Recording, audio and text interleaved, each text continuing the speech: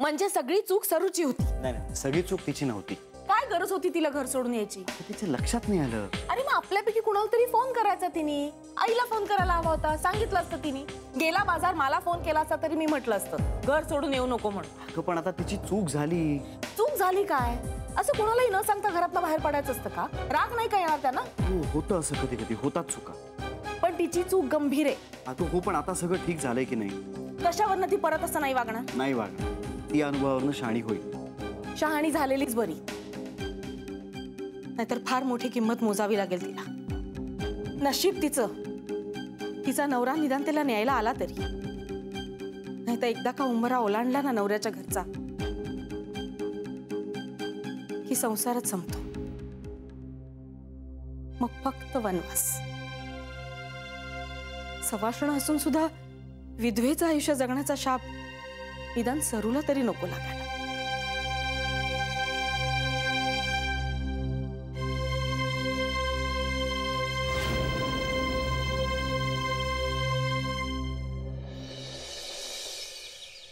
माझ्या लग्नावरून जर तू ताईला काही बोललीस तर तुला शपथ आहे माझी. घाला तुम्ही मला शपथा घाला. माझ्याकडून करारावर सह्या घ्या. माझाच थोबाड बंद ठेवा. नाही खरंच, जर तू तिला काही बोललीस ना तर काहीतरी होईल बघ मला. हे तू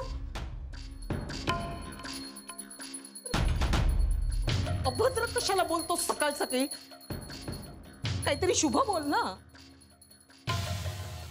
जाऊ दे, मी कशाला तिला काही बोलू. मी काहीही बोलणार नाहीये. माझं काही देणं घेणं आहे का? मी काही बोलणार नाहीये तिला. सगळं जे काही तिचं आहे ना ते सगळं तिच्यापाशी. पण तिने मला जे काही केलेलं आहे ना, माझ्या विरोधात जे काही केलंय, तिची मुलं पण तिच्याशी तसंच वागतील. तेव्हा कळेल तिला. अरे देव बघत असतो रे वरून. देवाच्या घरी उशीर आहे पण अन्याय नाहीये. देवच शिक्षा देईल बघ तिला. कला, मला वाटतं तू सगळं देवावरच सोडावंस, तेच बरं होईल. देवाच्या लाठीला आवाज नसतो. बसली ना एकदा की कळतं. जानूला पण कळेल. पुरे आता. म्हणजे तू काही विचारणार नाही ना आता तिला? अरे आता सारखं सारखं तेच बोलू का मी? नाही, तुला शपथ घातली मी माझी, एवढं लक्षात ठेव. हो कळलंय मला. आई आहे मी तुझी. वाढवलंय तुला मी. माझं आतड तुटत रे तुझ्यासाठी. तुला त्याचं काहीच नाही म्हणा. उद्या ताईसाठी आईला लाथा घालायलाही मागे पुढे बघणार नाहीस तू. ही गोष्ट वेगळीच. आई बाबा येतो मी. आणि तुला शपथ आहे माझी. बरं काही खाल्लंयस का? नाही नको, मला उशीर झालाय. मी तिकडे जाऊन बघ. अरे असं नाही, खाऊन जा काहीतरी. आणि निघताना खा कोणी म्हटलं ना की खाऊनच जायचं. असं उपाशी पोटी जायचं नाही. थांब जरा, साखर देते आणि पाणीही देते.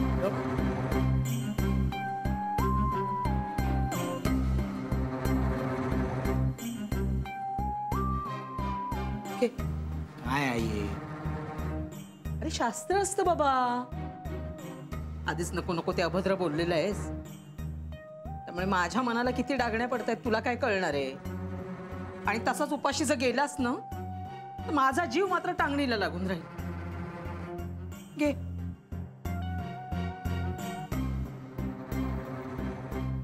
पाणी पी.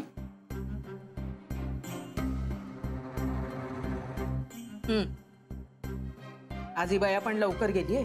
तर तुला काय आता करमत नाहीये का त्यामुळे? मला कशाला करमणार नाही. बाई येऊन स्वयंपाक करून गेलेली आहे. उरलेली सगळी कामं तिची ती करून गेलेली आहे. मला काही करायचं नाहीये. माझं काय जातंय? अहो तिला यायचं असेल तर येऊ दे आणि राहायचं असेल आई बाबांकडे तर हा म्हणावं. मला काय फरक पडतोय? नाहीतर तिच्या पप्पांना पण ती तिकडे माहेरी आलेली आवडतच ना. जाऊ का मी? अरे मूर्खा, निघताना कधी जातो म्हणू नये रे, येतो म्हणावं. तेच आई, येऊ का मी? ये. बर.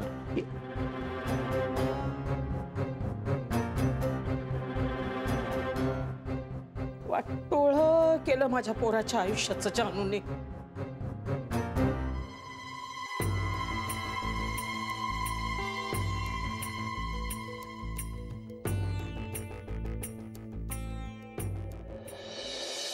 म्हणजे बेबी त्यांना अजूनही कुठेतरी टोचतंय हे सगळं. नाही, मला असं वाटतं की ती सहज होऊन गेली असेल. श्री, तू सगळ्या गोष्टी इतक्या कॅज्युअली का घेतोस? म्हणजे सरू मावशींच्या बाबतीतही तेच केलंस. मी काय केलं? मला वाटत होतं त्यांनी पप्पूंबरोबर जायला हवं होतं. आता तेच नाही म्हणाले तर मी काय करणार आहे? अरे, तू त्यांना नेण्यासाठी जरा पुश करायला हवं होतंस ना. हे बघ, मला असं खरंच वाटतं की त्यांना त्यांच्या आईशी एकदा बोलू दे. श्री, तू बघ, थोडी कुरबूर झाली असते. अरे पण नंतर त्यांनी सरू मावशीला वेलकम केलंच असतं. आणि याची खात्री कोण देणार आहे? त्यांचा स्वतःचा मुलगा याची खात्री देऊ शकत नव्हता. आणि तुला हे निश्चित माहितीये? हे बघ, माहिती असं नाही, पण मला असं वाटत होतं श्री. वाटण्याला काही लॉजिक नसतं. सगळ्या गोष्टी लॉजिकने नाही सुटत.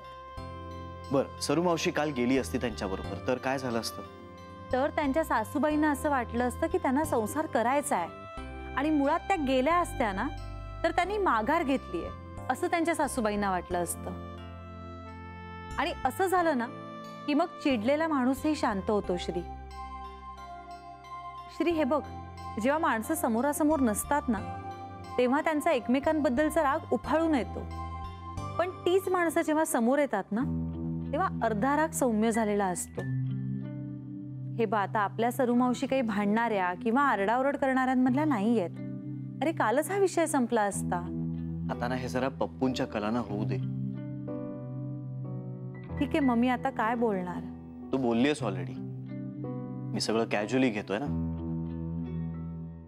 बेबी त्यांच्या बाबतीत सुद्धा तू हेच केलं श्री. तू त्यांना थांबवायला हवं होतंस, त्यांच्याशी बोलायला हवं होतंस. श्री, अरे एखादी बाई ह्यापेक्षा उघड आणि स्पष्ट आणखी काय बोलू शकणार आहे? त्या मिस करतायत देवना. मला असं वाटतं की हे फक्त तुझं म्हणणं आहे. पटेल, एक दिवस तुला पटेल. ठीक आहे, मी आलोच. कुठे चाललायस? तू घे ना, आवरून घे, मी आलोच.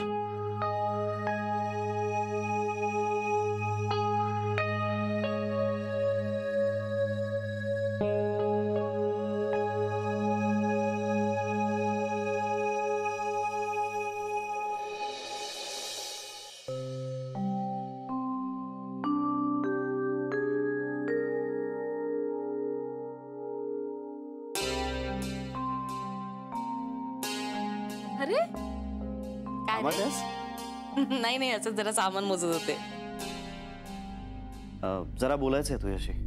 हा, बोल ना. काल तू असं का म्हणालीस? काय रे? उमरा ओलांडला की हा, संसार. ते तुला खरंच असं वाटतं? तसंच झालंय ना माझ्या आयुष्यात. बेबीत्या, तू देव काकांना मिस करतेस ना?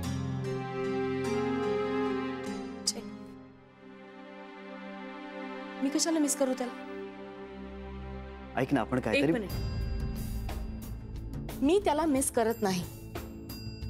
मी आपणहून त्याचं घर सोडून आले आणि आणि आता तो माझ्या आयुष्यात नाहीये ना, मला खूप बरं वाटतंय.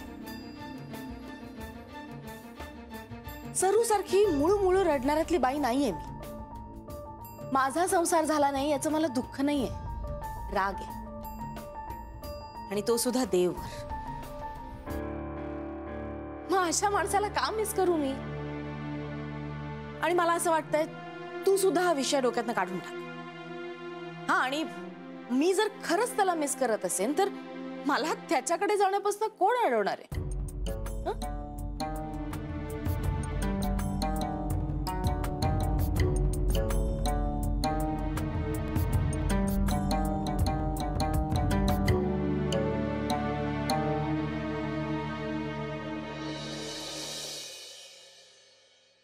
हे झाक झालं.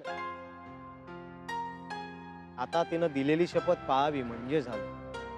अरे त्या नाही मोडणार शपथ रोहन.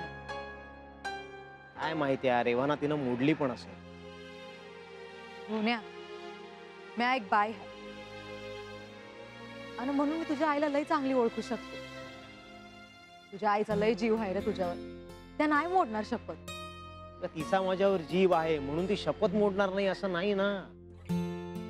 त्या शपथ मोडणार नाहीत. पैज लावतोस म्या काय बी हरल. अरे जगातली कुठली बी आई पोरानं दिलेली शपथ नाही मोडणार, जीव गेला तरी बी.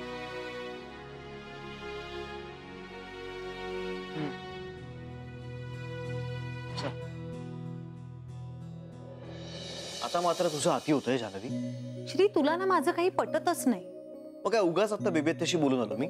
पण नीट नाही बोललास तू. आता नीट म्हणजे कसं बोलायचं हे बघ ते मला नाही सांगता येणार पण तुला अपेक्षित असलेलं उत्तर जोर मिळत नाही ना तोवर तू त्यांच्याशी बोलत राहा असं तुझं म्हणणं आहे. आता तू आकड्यात शिरतोयस. अरे मग काय तुला कळतच नाहीये माझा मुद्दा. तसं नाहीये रे. हे बघ जान्हवी, बेबी हत्या म्हणजे काही सरू मावशी नाहीये. ते माहितीये मला. त्या दोघींचे स्वभाव वेगळे आहेत. तेच तर मी म्हणतोय. आणि ती स्वतः मला म्हणाली की देव काकाला सोडण्याचा निर्णय हा तिचा स्वतःचा होता आणि तिला काही खंत वाटत नाहीये, उलट तिला बरं वाटतंय.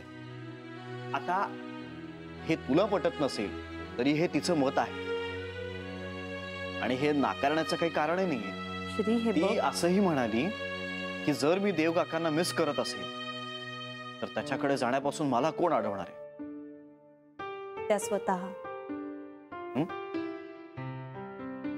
हे बघ श्री, सरू मावशींमध्ये इगो नाहीये, बेबी आत्यांमध्ये तो आहे. म्हणूनच हेच कारण आहे की देवकाकांकडे जाण्यापासून त्यांना इतर कोणी नाही त्यांचा स्वतःचा इगो अडवतोय. हे कळत नाहीये का तुला श्री?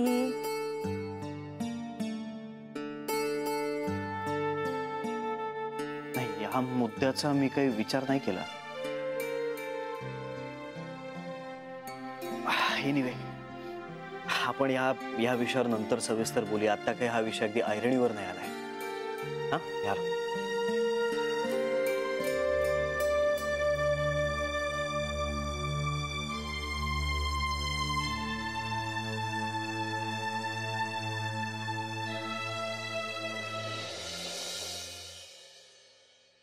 झालं का? हो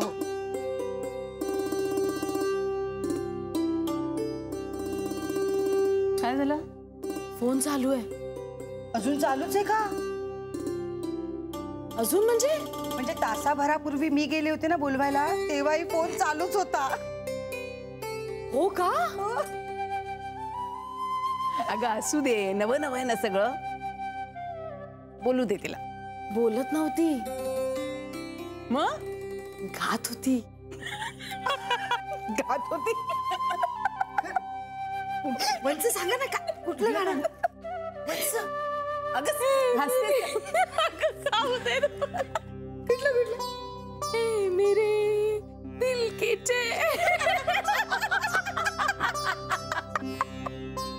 काय बाई चाटळ पण आहे हा. हो ना, कमालच आहे. आमच्या वेळेला असलं काही नाही बाई केलं आम्ही. मी माहेरी आले ते आलेच.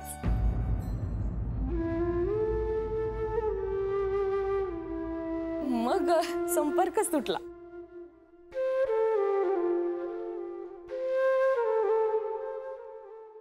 पण आता सरीकडे बघितल्यानंतर असं वाटतं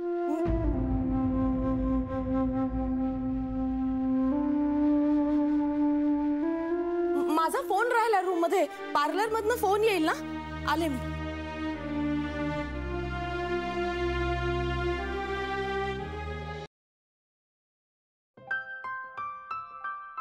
पप्पूंचा फोन आला होता का? झालं माझं बोलणं. ते म्हणाले ते त्यांच्या आईंशी बोलले. मग त्यांना असं काही म्हणायचं नव्हतं म्हणे. अरे वा, इनफॅक्ट त्या पप्पूंना सॉरी सुद्धा म्हणाल्या. हे चांगलं झालं. आणि पप्पूंनी मला विचारलं की आईला सरुमावशींना भेटायचंय, भेटता येईल का? मग तू काय म्हणालास? मी म्हणालो तुम्ही सरुमावशींना विचारा. करेक्ट आहे.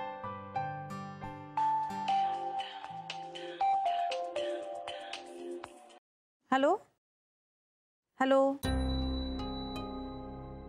हॅलो गीता, हॅलो, ऐकूच येत नाहीये रे काही. Hello hello. हो बघ ना रे, काय झालंय काही कळतच नाहीये. काही झालेलं नाहीये, जुना झालाय हा, नवीन घ्यायला हवा. आता बाळ येऊ दे मगच घेऊ. बाळाचा आणि नवीन फोनचा काय संबंध आहे? तसं नाही रे, पण आता हे टार्गेट आहे ना डोळ्यासमोर. काय नाही, नवीन फोनही घ्यायला हवाय. गीता, अरे मग घे ना. मी काय बोलणार आहे, तुझ्यासाठी असणार आहे. हो पण हॅलो तरी म्हण.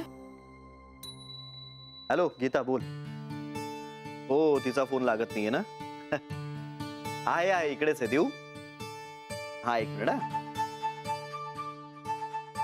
हॅलो, हा बोल ग. अगं बघ ना, काही आवाजच ऐकू येत नाहीये. मी हॅलो हॅलो म्हणत होते.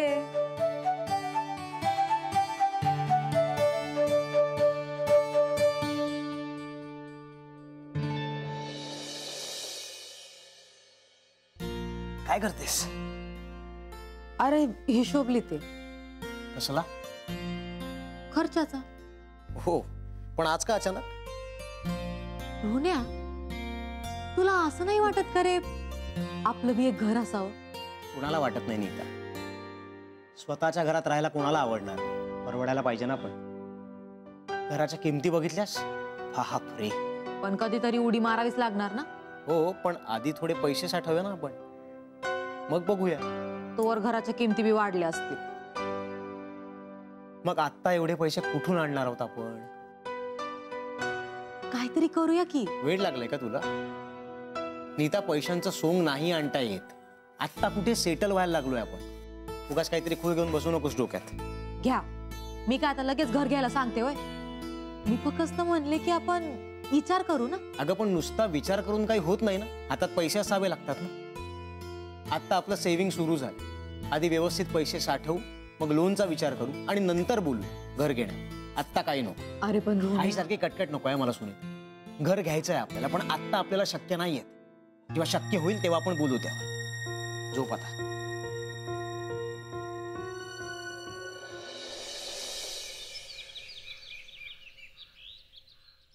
ताई, अगं यांचा फोन आला होता. कुठलं गाणं म्हटलं? तुम बिन जाऊ का. काहीतरीच असतं हा तुमचं बहिणी. गाणं बिणं काही नाही. मी आपलं असंच म्हटलं. काय पण ते तुंबीन काय? ते आपलं असंच आहे म्हटलं ना. गाणं नाहीये. काय चिडतीये बघ. ताई काय ग तू पण. बरं बाई, नाही चिडवत तुला. मी एवढ्या आनंदाने सांगायला आले होते तुम्हाला काहीतरी, आणि तुम्ही माझा मूडच घालवून टाकला. काय सांगायला आली होतीस? काय सांगायला आली होतीस? माझ्या सासूबाई येणार आहेत. होय, कुठे? कुठे काय ताई, इथे आपल्याकडे. अगो बाई, कधी? आज. आणि आत्ता सांगतेस होय ग? हे तू आत्ता सांगतेस? मलाही आत्ताच कळलं ना हो. पण बरं आहे ना ग सगळं? बहुतेक मला न्यायला येत आहेत, म्हणजे असं म्हणाले का ते? असं मला वाटतंय. काय लाजते, काय मुरडते. मला ना गंमतच वाटते सरीची. हो ना, आधी तशी नव्हती ना.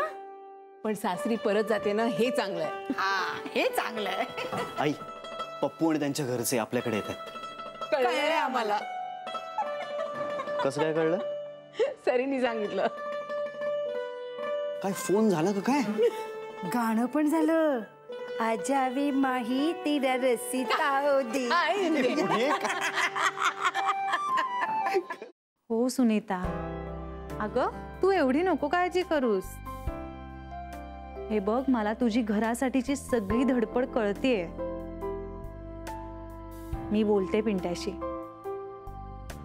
हो, आपलं बोलणं झालंय याबद्दल काहीही सांगणार नाही मी त्याला. मग तर झालं. केवढी काळजी करतेस तू. अगं तसेही मी भेटणार आहे आता त्याला. डोंट वरी, मी बोलीन. चल ठेवते. अरे श्री, काय म्हणत होतास रे तू? माझा फोन चालू होता, सॉरी. पप्पूंचं बोलणं काय झालं? हो ते येत आहेत आता सकाळीच. आत्ता? अरे बापरे. का ग? नाही, मी पिंट्याला भेटणार होते. मग? नाही काही हरकत नाही, मी कॅन्सल करते. अरे कशाला कॅन्सल करतेस? अरे पण मग आता ते एवढे घरी येत आहेत आणि मी नसेन तर कसं वाटेल? काही वाटणार नाही, आम्ही आहोत ना सगळे, काही काळजी करू नको, जातो. पण मला कळायला हवं ना सगळं श्री. मी कळवेन तुला. हो पण काही ऐक ऐक ऐक, खरंच जा तू, इथं सगळं काही ठीक होईल. आणि तसंही आता त्यांच्या आईला त्यांची चूक कळली आहे. अरे मग तर मला थांबायलाच हवं ना श्री. कशासाठी? नंतर खूप सुट्ट्या हव्यात की नाही आपल्याला, आता उगाच रजा नको टाकूस. आणि तसंही तू आता पिंट्याला बोलावून ठेवलंयस, तुला भेटायचं म्हणून बिचारा केव्हाच निघाला असेल, बसनी यायचं म्हणून, हो ना? जातो, काही काळजी करू नकोस, इकडे सगळं काही ठीक होईल. नक्की श्री, माझ्यावर विश्वास ठेव. हा, बाळ यायच्या आधी मला सगळं काही नीट करायचं. हो रे, बाळ येईल तेव्हा आनंद होईलच, पण आपलं बाळ येण्याआधी जर सगळे आपापल्या आयुष्यात आनंदी झाले तर किती छान होईल श्री. तोच तर आपला प्रयत्न आहे की नाही? ते पण बेबी आहेत त्यांचं. ते नंतर बघू, आधी सरू मावशीचं मार्गी लावतो. पण मग काय, म्हणजे मी जाऊ म्हणतोयस? हो, निघ तू. ठीक आहे.